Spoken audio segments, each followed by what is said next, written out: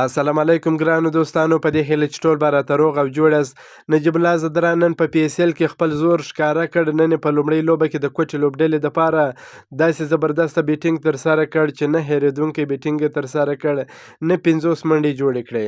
تر څنګ یې فضل حق فاروقي هم زبردسته بهترینه توپچونه ترسره کړل. لوبه هم د فضل حق فاروقي لوبډلې وګټل.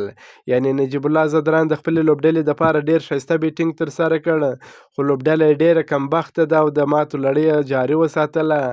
نن بیا هم لوبه وبایلل. نن د پاکستان سوپر لیګ کې د کویټه ګلیډیټرز او اسلام آباد یونایټډ لوبډلې سره مخامخ شوې. د اسلام آباد یونایټډ لوبډلې لپاره رحمان الله ګربز او فضل حق فاروقي ولوبېدل. د کویټه ګلیډیټرز لوبډلې لپاره نجیب الله زدران او نوین الحق ولوبېدل. د لوبې پچه د اسلام آباد یونایټډ لوبډلې وګټل، په خپله د توپ اچونې پرېکړه وکړه. کویټه ګلیډیټرز لوبډلې په ټاکل سوي 20 اورونو کې د 6 لوبغاړو په سوځېدو سره 109 منډې جوړې کړې. نجیب الله زدران تر ټولو چټکه لوبه ترسره کړل. په 34 بالونو باندې نه 50 منډې جوړې کړې، 15 څلوریزې، 3 شپږیزې په بیټینګ شاملې وې. محمد نواز په 44 بالونو باندې 52 منډې جوړې کړې، 6 څلوریزې په بیټینګ شاملې وې. عمر اکمل بیا په 14 بالونو باندې تر ټولو چټکه لوبه ترسره کړل، 43 ناسوځېدلې منډې جوړې کړې.